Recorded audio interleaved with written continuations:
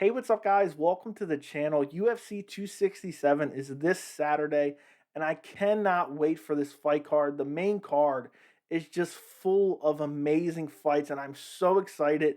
And I've already done a few prediction videos already for UFC 267. I will link them in the description, and I will also put them in the end cards of this video if you guys want to go watch them after this video. But this video is going to be my full breakdown and prediction of the co-main event, an interim bantamweight title fight between Petr Yan and Cory Sandhagen. And this is my favorite fight on the card. I've been dreaming of this matchup for over a year. And now, I know it's some weird circumstances how we ended up here, but I am so excited for this fight. Stylistically, it should be amazing. And we'll get into my prediction in a second, but let's talk about how we ended up here.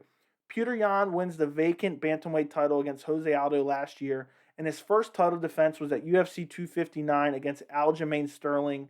And the fight was really going Jan's way. And unfortunately, in the fourth round, Jan, I don't know what he was thinking. He throws a clearly illegal knee.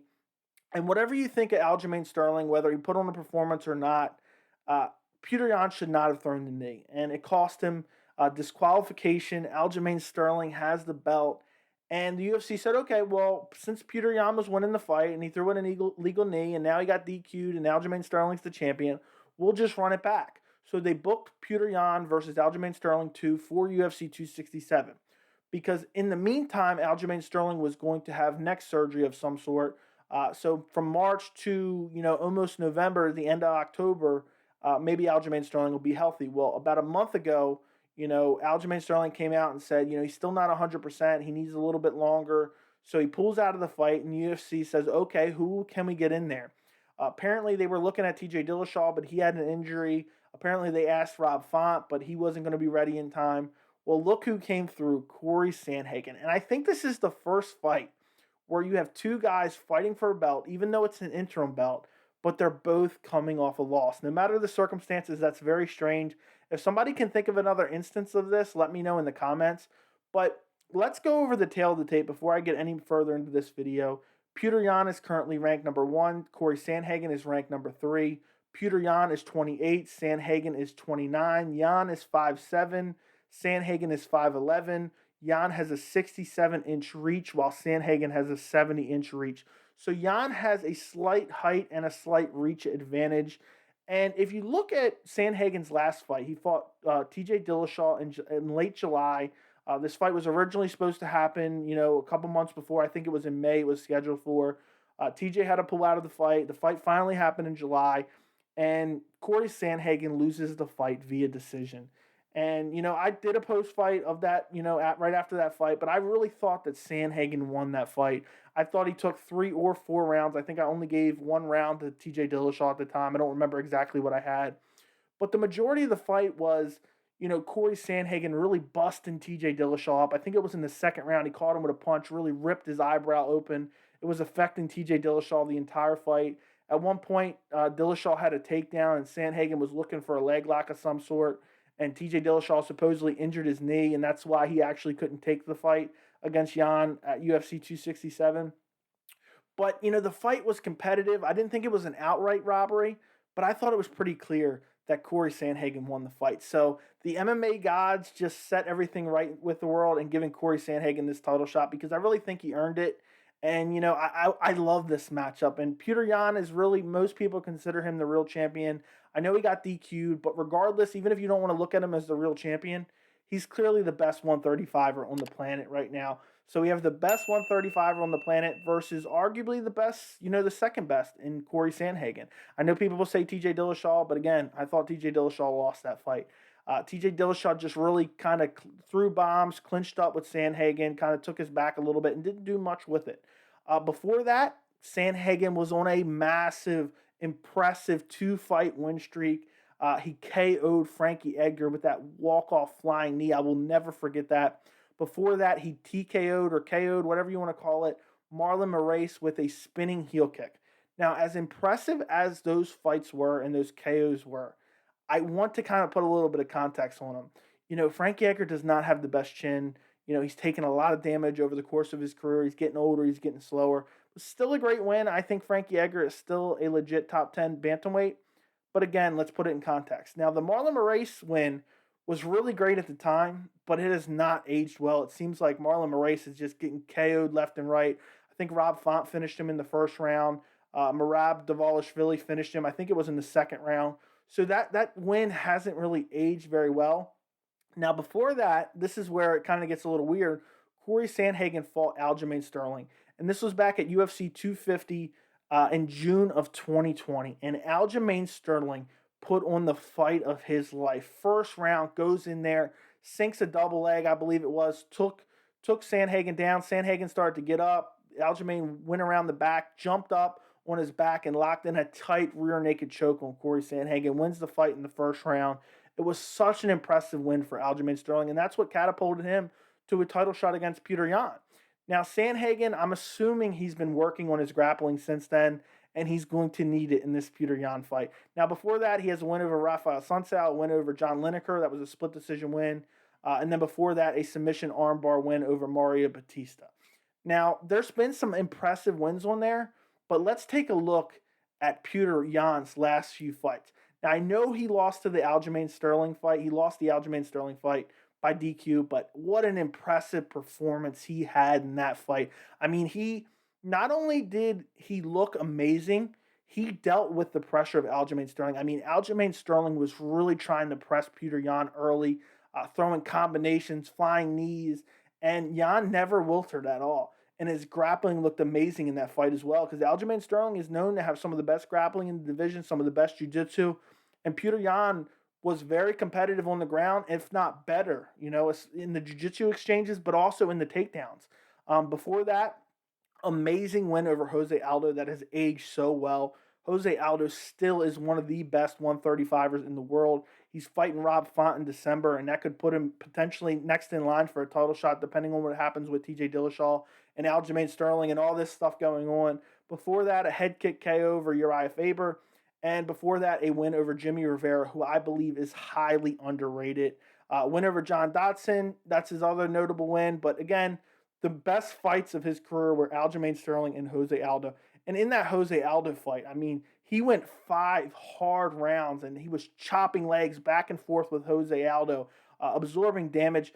And, I mean, the finish in that fight against Jose Aldo was absolutely disturbing. The referee should have stopped it earlier. Yan beat the brakes off of Jose Aldo in that 5th round. I'll still never forget it. Jose Aldo is one of my favorite fighters, and that was a terrible beatdown in that 4th and 5th round by Petr Yan. So now coming into this fight, I love this stylistic matchup because you have two guys. Cory Sandhagen loves to switch stances. He has such a arsenal of attacks, and he varies everything that he throws. I mean, he has so many weapons, and everything I just said can apply to Petr Yan as well. He has heavy leg kicks. He uses all his weapons. He switches stances. He has great body kicks, great head kicks. He has great grappling as well. I mean, I love this fight because Cory Sandhagen, we know what he's going to do. He's going to try to use his footwork, circle around the cage, look to land, really heavy shots on Yan, and look to put him to sleep, whether it's a flashy technique with a spinning heel kick or maybe a flying knee like he did Frankie Edgar. And he's just going to look to stay on the outside, keep the distance. He has a little bit of a reach advantage against Yan, and he's just going to look to outstrike Petr Yan. But Petr Yan has some of the best technical striking defense I've ever seen. I mean, even in the 4th and 5th rounds of some of these fights, his hands are glued right to his chin. His guard never gets low.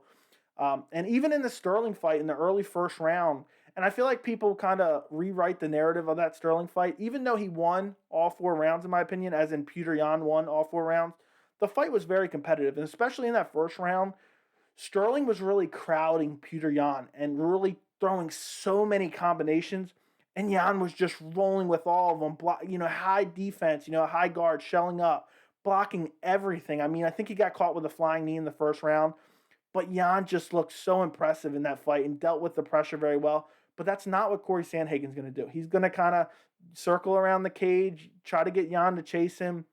And I can't wait to see these guys trading leg kicks because Cory Sandhagen has amazing leg kicks, but so does Petr Yan. So let's get into my prediction a little bit. I am going to go with Petr Yan 4th round TKO. And, I'm not super confident in this pick, But, if I had to give you a confidence level, sometimes in these prediction videos, I tell you how confident am I in my pick. I would say I'm at about, 65, 70%. So, that's pretty confident. 30% chance for Sandhagen is decent. And I think this fight could really go either way, but I'm sticking with Petr Yan by fourth round TKO. And the reason I'm going with that is, some of the things I've already said. Petr Yan is so defensively responsible. I mean, his guard is always high. He checks almost every leg kick, and Sandhagen's going to be slamming those leg kicks. And Petr Yan's going to be there checking them.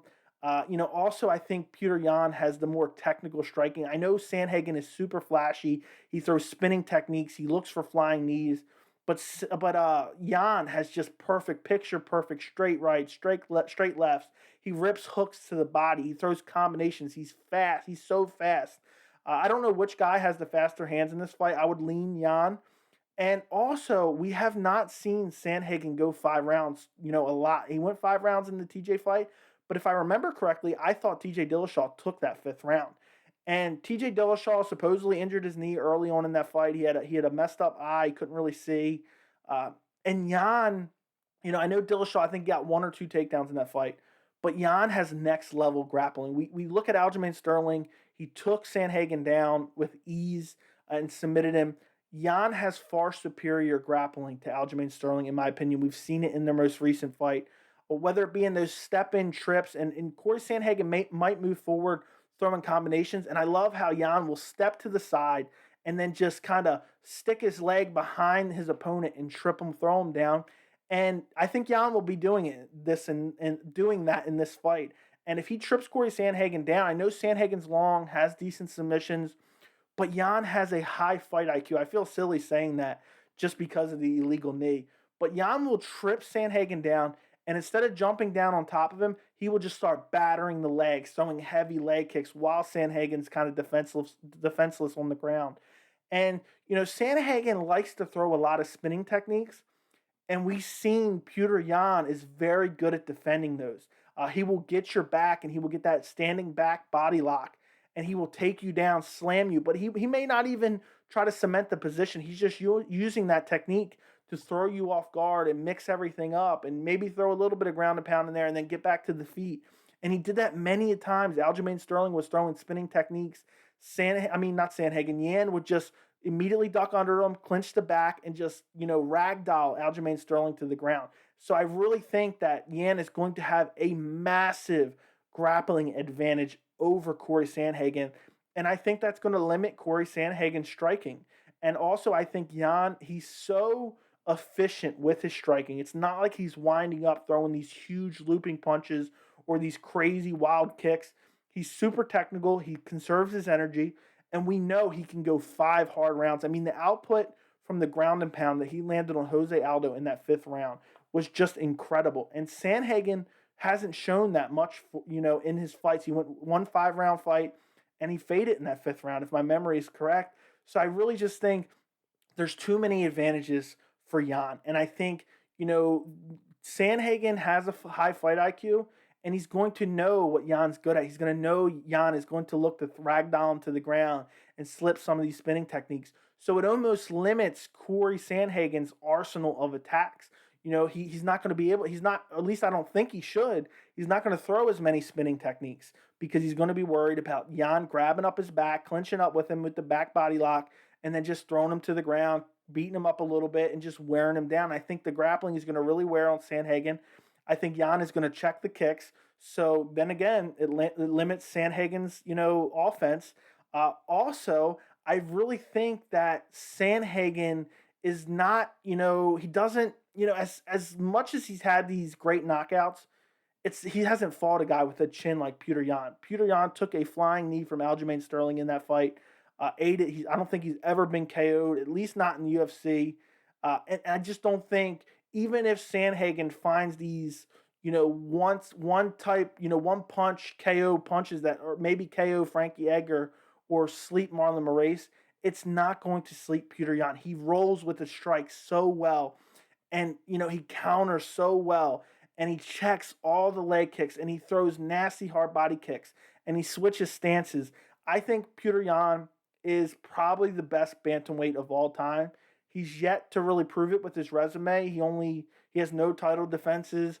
But I mean, this is a guy I saw early coming up. I mean, even after the Jimmy Rivera fight, and I very rarely see a guy that's really not fought super elite competition yet. I very rarely say I think this guy can be a future champion. And I was on the Petr Yan hype train. I know I didn't have a YouTube channel then, so I can't really prove that. But Yan is just so good everywhere. I can't find any weaknesses. There's none. And all his strengths are going to be playing in the back of Sandhagen's mind, and it's going to limit all his attacks. He's not going to be able to throw as many spitting techniques. He's not going to be able to throw as many flashy techniques because he's going to end up getting taken down and beaten up, and he's going to fade. And I really think eventually Cory Sandhagen is going to get clipped up with a combination from Yan, whether it be leg kicks, body strikes, punch straight right, straight lefts. Yan just switches stances, and he's so fluid on his feet, so defensively responsible. And I really think, as the rounds go on, the grappling starts to wear Sandhagen down. I really think Yan is going to land one of these combinations, drop Cory Sandhagen, and go in for a ground and pound kill. And Sandhagen is going to lose via fourth round TKO. And Petr Yan will be the interim bantamweight champion. And hopefully we get to see Petr Yan versus Aljamain Sterling too. There's unfinished business there with the illegal knee. And, I know Aljamain Sterling is going to be watching this fight and absolutely praying that somehow Cory Sandhagen pulls this off. And I think he can. The only way I see him winning is if he crowds Petr Yan early and lands some type of crazy flying knee that just lands so flush on the chin, nobody can absorb it. Because Yan is just so good at rolling with the strikes. Even when guys are catching him, it's on the end of the strikes. He's just moving just out of the way. It's going to have to clip him flush and really sleep him. And I just don't see that happening. Yan has just, he's been around for a while now. And I don't think we've ever seen him KO'd within the UFC. And I don't know if he's ever been KO'd in his career. I don't think he has been. So I just don't think Sandhagen is going to be the first guy to finish him. Sandhagen has some great knockouts, but it's against some chinny guys. It really is. Frankie Edgar and Marlon Moraes, both guys, their chins are a little bit suspect. So, I take it for what you will. I can't wait for this fight. I absolutely love this fight. Sandhagen has to get a first round KO if he wants to win. I don't see him winning a decision in this. And also, I see Yan really chopping those legs up and limiting Cory Sandhagen's mobility. So he's just going to take everything away from him. And Sandhagen's just going to have nothing. And even the, check of the leg kicks from Yan, I think that could hurt, Sandhagen and discourage him from throwing any more leg kicks in the fight. So I'm really high on Yan. Maybe I'm right. Maybe I'm wrong. We will see. I can't wait for UFC 267. Guys, do me a favor. If you enjoy these prediction videos, make sure to like the video and also comment your prediction down below. I'm curious. Are you picking Sandhagen? Are you picking Yan? Let me know in the comments. Thank you so much for watching, and I will see you in the next video.